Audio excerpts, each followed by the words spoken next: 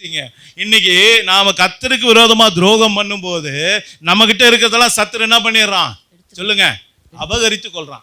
இப்போ இஸ்ரவேல் ஜனங்க எகிப்துல இருந்து வரும்போது என்ன நடந்தது யோசிச்சு பாருங்க. எகிப்துல இருந்து வரும்போது எகிப்தை கொள்ளையடிச்சுக்கிட்டு வந்தாங்கன்னு வசனம் சொல்லுது. என்னது?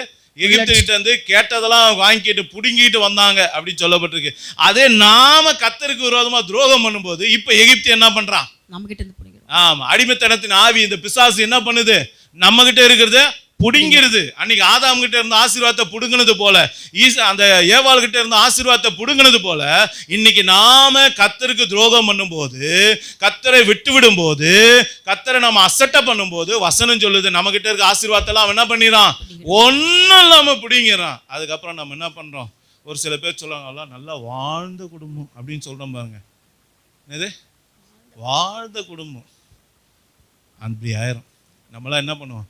அதாவது இந்த தமிழில் ஒரு வார்த்தை இருக்குது, காலமானார்னு ஒரு வார்த்தை இருக்குது. அப்படின்னா என்ன அர்த்தம்? அது அந்த காலம், நான் அப்போ அப்படி இருந்தேன், இப்போ என்ன என் ஸ்டேட்டஸ், இன்னைக்கு கரண்ட் ஸ்டேட்டஸ் என்ன? அப்போ நல்லா புரிந்து கொள்ளுங்க. இன்றைக்கி ஆண்டவருடைய சமூகத்தில் நம்ம எல்லாம் இருக்கோம். யோசிச்சு பாருங்கள், தேவன் நம்மோடு கூட முகமுகமாய் பேசுகிறா. இன்றைக்கி நாம் ஏசப்பாவுடைய வார்த்தையை கொஞ்சம் இந்த பக்கம் வச்சு பாருங்கள், நம்மளே இந்த பக்கம் வச்சு பாருங்கள். இன்றைக்கி இந்த ரெகொபெயாம் செய்த தவறு, 2 தவறை காட்டினேன். என்ன சொன்னேன்? தாழ்த்துதனுடைய உண்மையான அர்த்தம் என்ன அப்படின்னா, ஒன்று அவன் செஞ்ச தப்பு, அவன் தேவ ஆலோசனையை தள்ளி விட்டான்.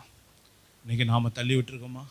2வது, அவன் வேதத்தையும் தேவனையும் மறந்து விட்டான், விட்டு விட்டான். அதனால் அவனுடைய வாழ்க்கையில் முதல் செஞ்ச தவறுக்கு பிரிவினை வந்தது. 2வது செய்த தவறுக்கு ஆண்டவர் என்ன பண்ணிட்டாரு? எகிப்து ராஜாவாகிய சீஷாக்கோட கையில் கொடுத்தார். இதெல்லாம் ஞான அர்த்தமாக கொடுக்கப்பட்டிருக்கு. நல்லா கவனிங்க. வெளிப்பாட்டில் ஆண்டவர் நமக்கு கொடுத்ததை நான் உங்களுக்கு கொடுத்துருக்கேன்.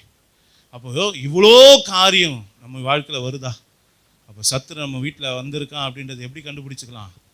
பிரிவினை வந்திருக்குன்னா கண்டுபிடிச்சிடலாம். வறட்சி வீட்டில் வந்திருக்கா கண்டுபிடிச்சிடலாம். அடுத்தது நாடோடி வாழ்க்கை வருதா கண்டுபிடிச்சிருங்க. நம்ம வீட்டை எப்போ பார்த்தாலும் இருள் அப்படின்னா என்ன அர்த்தம்? துதிக்க வேண்டிய வீட்டில் எப்பவும் சண்டை இருக்கா? அப்போ இருள் நம்ம ஆக்குப்பை பண்ணது. துதிக்க வேண்டிய இடத்துல முறுமுறுப்பு இருக்கா? இது இல்லை அது இல்லை, குறைவோடு இருக்கோமா? கண்ணீரும் கவலையுமா இருக்கோமா? ஏசப்பாவை பற்றி பேச வேண்டிய வீட்டில் ஏசப்பாவை பற்றி பேசுறதை காட்டிலும் மற்றதை பற்றி பேசுகிறோமா? யோசிச்சு பாருங்கள். அப்படின்னா நம்மளை முழுசும் என்ன சூழ்ந்துருச்சு? இருள் சூழ்ந்து விட்டதுன்னு அர்த்தம். எண்ணிக்கை அடங்காத மக்கள், பிசாசின் போராட்டங்கள் நம்மை சூழ்ந்து கொண்டதுன்னு அர்த்தம். யோசிச்சு பாருங்கள். இந்த காரியம் வந்த உடனே இந்த ரெகொபெயாமும் அவனுடைய ஜனங்களை என்ன சொன்னாங்க பாருங்க.